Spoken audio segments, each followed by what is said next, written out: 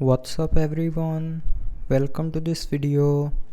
In this video I will show you how to lock apps with app lock on Redmi Note 13R. So first of all, open settings.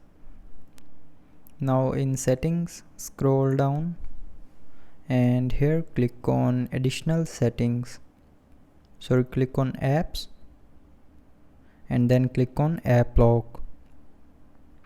Now click on turn on, then draw a unlock pattern and draw the same pattern again to confirm. Now if you want to sign in, then tap on sign in and add, otherwise click on not now.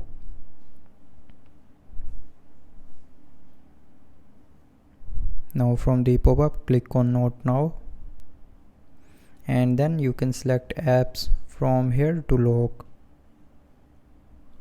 So if you want to lock your gallery, then select gallery and then click on use app lock,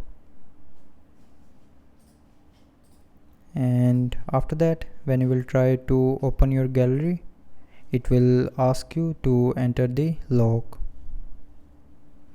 So that's how you can lock apps with app lock on Redmi Note 13R.